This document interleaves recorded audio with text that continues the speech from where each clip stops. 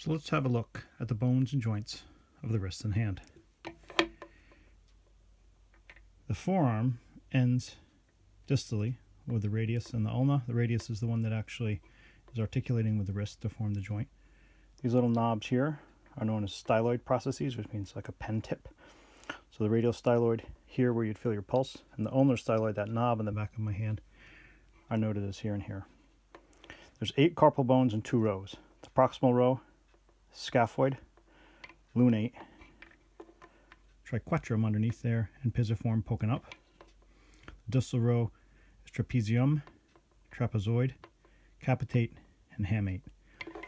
Hamate has a hook on it, and that will match up with a similar structure on trapezium to form the carpal tunnel when we cross the transverse carpal ligament here. We're going to sneak the median nerve through there and some tendons that are leading to all these fingers.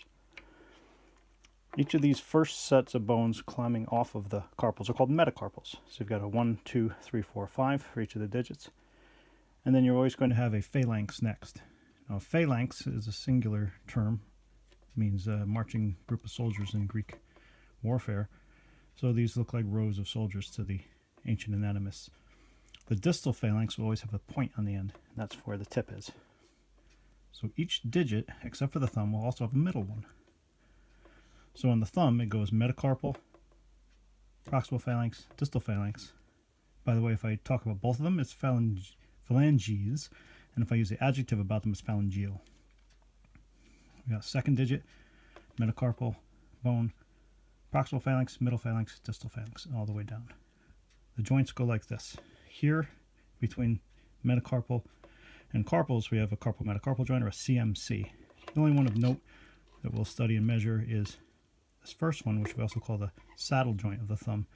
So it's the carpal metacarpal joint of the thumb, found in that little snuff box that we are always looking for. This first joint is called a metacarpal phalangeal joint, because it's between these two. That bends like so.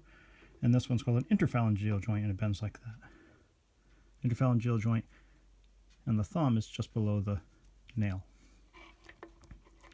The other fingers are similar, but we're going to have an extra bone in there. So we go metacarpal phalangeal here, which are your knuckles. 1, 2, 3, 4. Actually, it's 2, 3, 4, 5, because this is bone 1, or finger 1, I should say.